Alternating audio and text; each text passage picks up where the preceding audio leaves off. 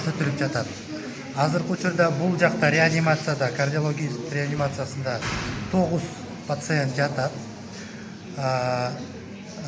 5 бала, 4 взрослый киши.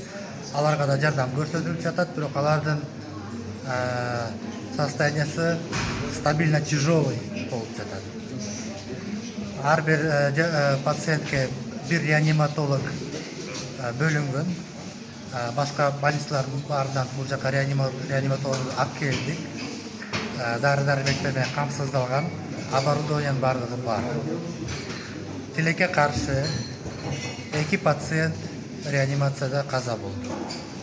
Алар жаңы эле операциядан чыккан пациенттер. Хирургия борборунда да реанимацияда жатышкан.